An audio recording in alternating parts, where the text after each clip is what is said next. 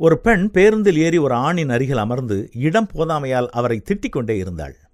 அந்த நபர் அமைதியாக இருக்கும்போது, அந்த பெண் உங்களை திட்டிக்கொண்டே இருக்கும்போது ஏன் அமைதியாக இருந்தீர்கள் என்று அருகில் இருந்த பெண்மணி கேட்டார்.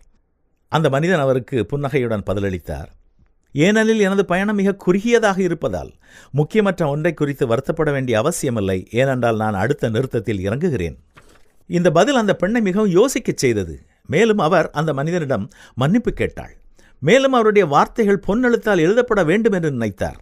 இந்த உலகில் நமது நேரம் மிக குறைவு என்பதை நாம் ஒருவருக்கொருவர் புரிந்து கொள்ள வேண்டும். பயனற்ற வாக்குவாதங்கள், பொறாமை, மற்றவர்களை மன்னிக்காதது, அதிருப்தி மற்றும் மோசமான அணுகுமுறைகள் ஆகியவை நம்முடைய நேரத்தையும் சக்தியையும் வீணடிக்கும் ஆபத்தானது. யாராவது உங்கள் மனதை காயப்படுத்தினார்களா? அமைதியாக இருக்கவும், ஏனெனில் நம்முடைய பயணம் மிகவும் குறுகியது. யாராவது உங்களை காட்டிக் கொடுத்திருக்கிறார்களா? மிரட்டினார்களா? ஏமாற்றினார்களா? அல்லது அவமானப்படுத்தினார்களா? ஓய்விடுங்கள்.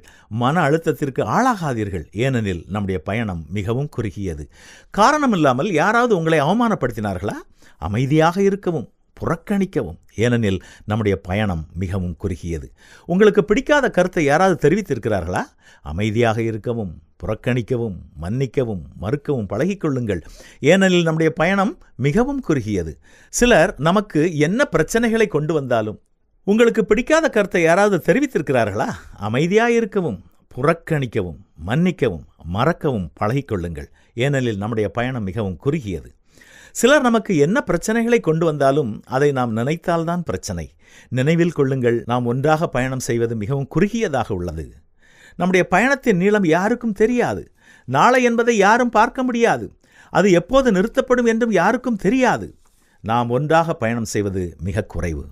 நண்பர்களையும் குடும்பத்தினரையும் மற்றும் நமக்கு கீழ் பணிபுரியும் ஊழியர்கள் மற்றும் சக ஊழியர்கள், மேலதிகாரிகள் அனைவரையும் பாராட்டுவோம். அவர்களிடம் நல்ல நகைச்சுவையுடன் பேசவும், அவர்களை மதிக்கவும், மரியாதையாகவும், அன்பாகவும், மன்னிப்பவராகவும் எப்போதும் இருப்போம். ஏனெனில் நம்முடைய பயணம் மிகவும் குறுகியது. உங்கள் புன்னகையை அனைவருடனும் பகிர்ந்து கொள்ளுங்கள்.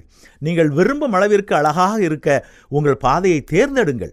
எப்போதும் மறக்காதீர்கள், உங்கள் பயணம் மிகவும் குறுகியது. ஒருவனும் மற்றொருவன் செய்யும் தீமைக்கு தீமை செய்யாதபடிக்கு பாருங்கள். உங்களுக்குள்ளும் மற்ற யாவருக்குள்ளும் எப்பொழுதும் நன்மை செய்ய நாடுங்கள் என்றுதான் வேத வசனமும் நமக்கு கற்றுக் கொடுக்கிறது. என்ன செய்வோமா?